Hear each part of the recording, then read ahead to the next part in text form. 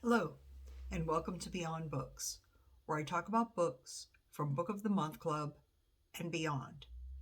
Today I have a review for you. The review is on this book, Birnam Wood, by Eleanor Catton. But before I get started, I'd like to ask you to please like, subscribe, hit the notification bell, give me a comment. I really appreciate you doing all of those things to help support my YouTube channel. So, Birnam Wood by Eleanor Catton. This is Ms. Catton's third novel. Her second was called The Luminaries, and that won the Booker Prize in 2013. She is the youngest recipient of that prize and only the second New Zealander to ever win that prize as well. So this book came out in 2023. It's a work of fiction and it is a thriller. It's over 400 pages long, and yet there are no actual chapters. There are parts. It's divided into different parts. I believe there's 3 altogether, and they're simply labeled 1, 2, and 3, I believe Roman numerals. So, what is the book about? Well, first, the story does take place in New Zealand. It's about really 2 friends, Mira and Shelley. They are the main founders and the driving force behind what is called an undeclared, unregulated, sometimes criminal, sometimes philanthropic, guerrilla gardening collective. Now, what does that mean? I took that directly off of the jacket of the book as far as the description is concerned. Well, what they do is they take small plots of land wherever they can, whether it be surreptitiously or whether it be something that they're actually renting from people, and they grow vegetables. They do this for the reason of wanting to improve the environment. And what they do is members of the group, and it's a fairly large group, will rotate and maintain a schedule to water, pick, and replant the vegetables that they grow. Then they'll sell and trade the vegetables. But the operation itself is very limited, and it's never really turned a significant profit, at least on a regular basis at all. That group is called Birnam Wood, so that's where the title comes from. We do learn a lot about the relationship between Mira and Shelley, especially in the first section. It's a platonic relationship, but they have plenty of area for conflict due to their shared admiration of one of the male members of the group, and his name is Tony. Tony is very virtuous, very moralistic, especially towards conservation and environmental issues. He's very passionate about them. Besides Tony, Mira and Shelley also become interested in a piece of land that has recently been put up for sale by its owners. The owners are named the Darvishes.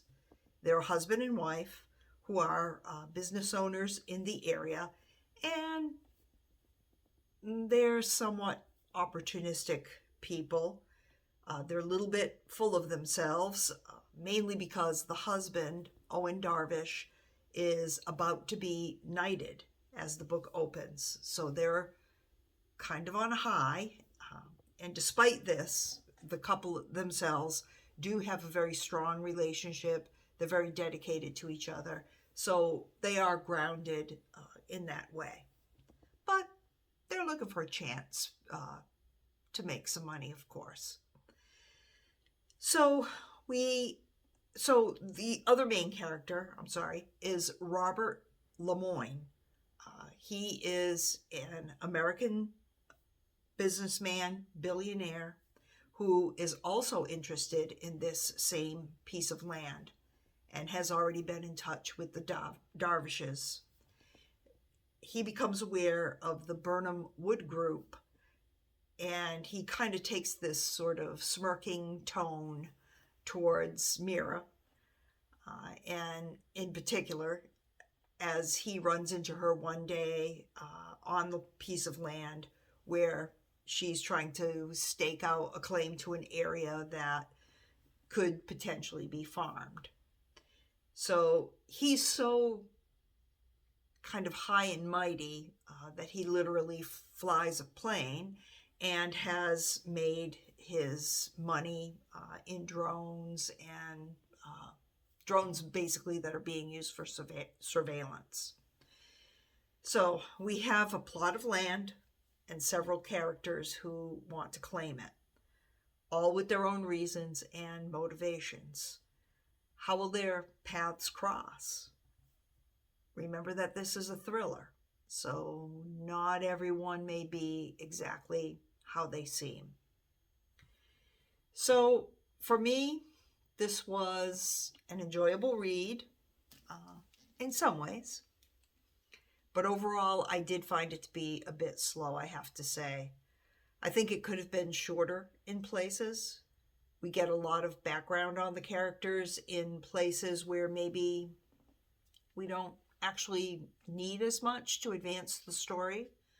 Thrillers aren't usually so dependent on characterizations, although sometimes they are. But we could have done with a little bit less, I feel, in this particular novel. Also, usually with a thriller, there's an event that happens. It may shock you, but it's there to kind of draw you in, brings you into the story, makes you care about the characters, makes you care what happens next. There is such an event in this thriller, however, we don't get to it until we're almost halfway through the book. To me, that kind of dragged things out at the beginning of the story, which, again, I just felt could have gone a little bit faster. But past the halfway point, it does pick up and is then, to me, a much more engaging story. So in all, I would give it a 3.7 out of 5 stars. I like the concept with the surreptitious gardening and the billionaire who's charming, yet driven by his own motivations. The couple who are the perfect couple in their dedication to each other. So there are a lot of interesting characters, and there's a lot of interest overall. And again, 3.7 stars. So that's my book review on Birnam Wood by Eleanor Catton. It was a spoiler-free review, as all my book reviews are. I do my best. So I hope you enjoyed it. And remember, you're always writing your own story. May not be a thriller, but try to make it the best that you can every day. And thank you for watching.